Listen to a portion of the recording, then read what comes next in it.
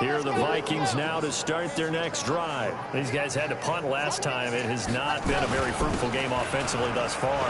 They haven't even made a trip to the red zone. And I know that everyone's going crazy on that sideline because that drives you berserk to come off the field, not really move the ball well. As you said, not even get to the red zone, let alone, not even put points on the board. They've got to just take a deep breath, relax, try and figure out what is working, and call more of that. Now this throw caught left side, and they bring him to the ground just shy of midfield. He'll get 15 and a Vikings first down. Back-to-back good plays have him on the move on first down. He'll look to throw. And that's going to be incomplete. Too tough to hold on to that one. It's second down. We have not seen a whole lot of wide-open receivers. Everything seemingly has been contested. And that's another nice job there to force an incompletion. They've been very cohesive, knowing each other's moves all game long, and they've been on the spot just about every time. And they've held them in check on the scoreboard. And they're able to swarm him behind the line, and his rough night continues. He continues to struggle to find a crease to break off a big one and might need to just put that aside and just try and ram his way forward and get what he can.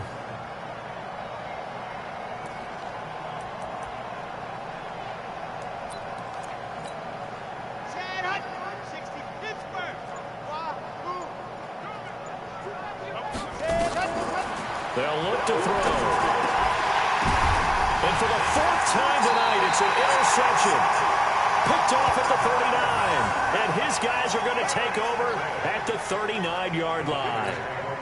And that gives him now 3 interceptions in the game. Well, someone's locked into what they're trying to get done in the passing game. When was the last time we had someone get 3 in a contest? 2011, wasn't it? Kurt Coleman. Oh, yeah, that's then right. with the Eagles. That's right. He's then with the Eagles, and I believe it's against Washington and Rex Grossman. That's correct.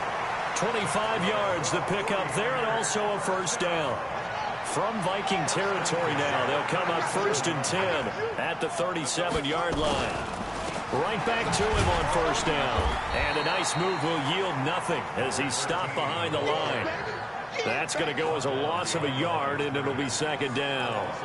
Well, from my vantage point, that's just one bad play by the offensive line and a running back who's had a lot of good ones tonight. Yeah, but that doesn't mean he's not going to be ticked off, nor is the offensive line, because to me it's a lot like a no-hitter, right? Pitcher's throwing a no-hitter, gives up a hit late.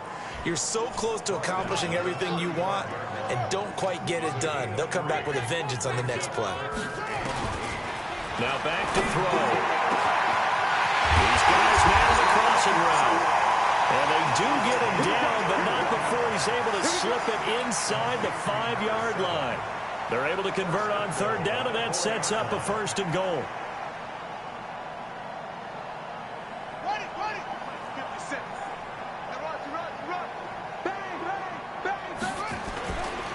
They'll try and run for it on 1st and goal. And maybe a measure of revenge there. He's had his way in this one, but this time they get him behind the line.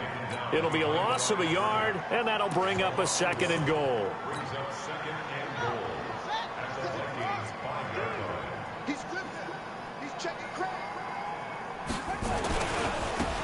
Now a handoff looking right. And across the goal line into the end zone. Touchdown 49ers. A great play there. Already his 2nd touchdown here in this opening weekend, as his guys continue to put this one out of reach.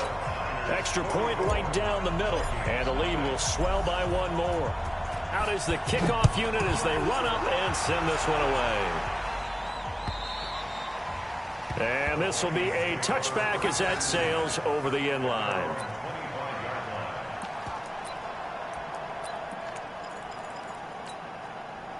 Here are the Vikings now to start their next drive. They've got to dig down deep. I mean, they need something right now, really anything to cling on to. This offense has struggled.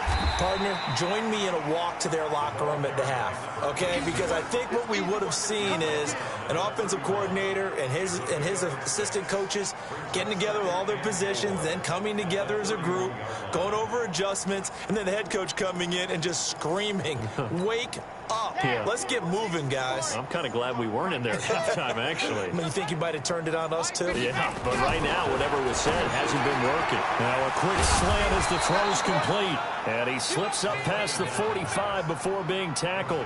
17 yards, first down, Vikings. This quarterback now 6 for 6 since coming back out of the locker room. It's 1st and 10. A run here with Pierce. And he's going to get a solid gain of 9 before being brought down. 2nd and right at a yard. Back now here in Santa Clara. And this is a blowout so far as we get set for the 4th quarter. A very one-sided affair.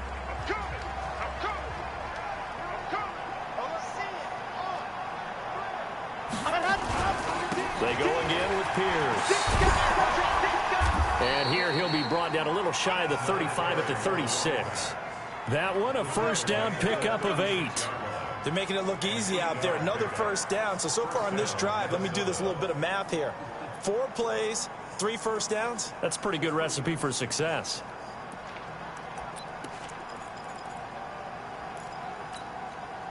So from the 36 now, 1st and 10. On the carry, this is Pierce. And he is met quickly in the backfield. Down he goes, folded like a lawn chair. Seems pretty obvious defensively a key was stopping the run game. How have they done it so successfully? To me, it seems that these guys really did a nice job of paying attention during the scouting report meeting. And you know, Brandon, when they do those, they talk about the top plays that these guys like to run. The best runs for the top running back, those are the ones you focus on and want to take away. And they've done that pretty successfully in this game. The Vikings on 3rd down. It's been a problem. Just 1 for 7 thus far. Here it's 3rd and 3. They'll run it here with Pierce. And they're going to mark him down short, maybe by about a yard, if that. 2 yards on the pickup there. It's 4th down. I know the scouting report on him is that he doesn't possess the eye discipline to be an elite linebacker. What that means is his ability to read, react, and make a play. But on that one, he looked like one of those guys. Well, it's a Pyrrhic victory at best, but, Charles, no team wants to get shut out, so it's hard to blame them for taking the 3 there. You can't blame them one bit. It hasn't been the best performance, that's for darn sure.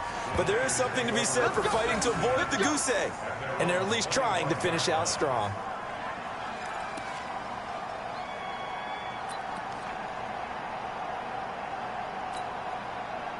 The 49er offense set to get this drive underway. And this game comfortably in hand. The scoreboard speaks for itself, but you still got your starting quarterback out there. When do you go to the backup, let him get some time? And that's one of the great questions in the NFL, Brandon, because I'm just going to tell you, in the 2015 season, I commentated on 3 games in a row that were blowouts. And in none of them did the starting quarterback ever come out of the game for the team that had a big lead. And in each instance, I asked the coaches later on, why didn't you do that? And they all looked at me and said, just don't really do that in the NFL. You know, these guys play, and we just play them all the way through. Now, in certain situations, they will take them out, but for the most part, they're not as worried and concerned about getting them out of the game. And that's always puzzled me a little bit. The Niners on 3rd down. They've been good. 3 for 4 thus far. This is 3rd and 4. They'll set up a throw. The left side, it's complete. And he'll be brought down with the first down and a late flag here, too. And he may get a few more tacked on for good measure. Maybe a critical mistake at this juncture as now they've got a 1st and 10. Now they try the right side here. It's a pickup of 4, and it'll bring up 2nd down. Bottom line, they want to keep this clock rolling, so they'll take that one right there. They just want to keep falling forward, and they want to put the onus on the big fellas up front in order to bring this one home. And again this time to the tailback.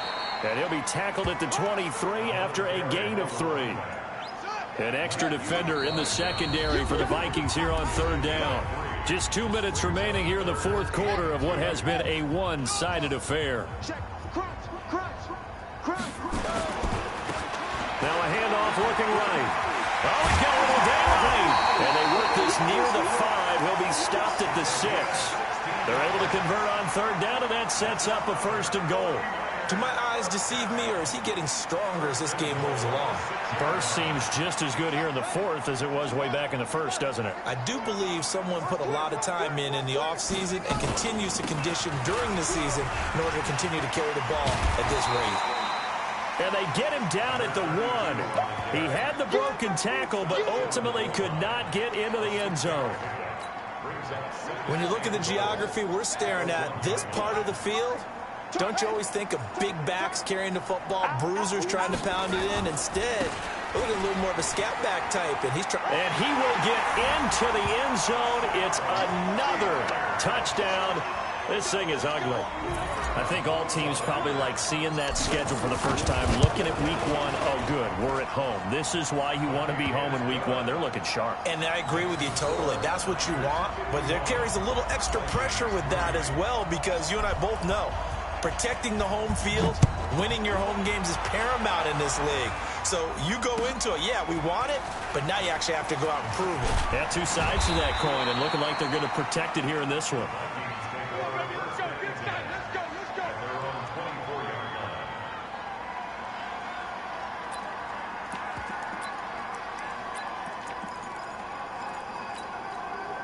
Here are the Vikings now to start their next drive. They've lost this one. Their offense has struggled. Do they try to put together something here at the end just to take into next week? Yeah, sometimes teams want to do that and coaches want to. I remember one time I was on a team and we were losing late in a game like this, and you knew it was lost. It was over, right? And the coach called a running play and pretty much said to everyone, I want to see something executed well before we get out of here. And that was the message to the team. And now here is another interception. Picked off at the 38. And they will finally get him as he's all the way down near the 40-yard line.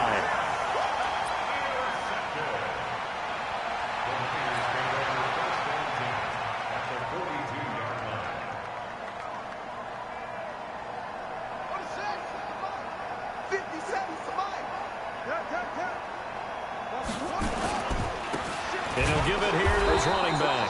And for one of the first times tonight, he's going to be held up at the line of scrimmage. No gain on the play. It'll be second down. So the victory here for San Francisco. And, partner, I must say, good to see you again. Been too long. And it's good to have football back, isn't it? Didn't you see me in preseason? Weren't we together in preseason? Yeah, but preseason, you know, it's preseason. This is week 1. Oh, you're trying to say real football. Yeah, real football. Not preseason football, where we shake down the rosters and figure out who's going to play, and maybe the starters don't play as much. Now it's the frontline guys from the first whistle. Yeah, I tuned you out in the preseason. And now I'm listening to you. So for the 49ers, it's a fantastic start as they roll to a blowout victory here in the season opener. And they'll hit the road next week to take on the Dallas Cowboys. Meanwhile, for Minnesota, they go down to defeat here in the opener. And they'll get a chance to redeem themselves at home next week. Thanks for tuning in, everybody. Alongside Charles Davis, we thank our entire crew. I'm Brandon Gaudin. This is the NFL on EA Sports.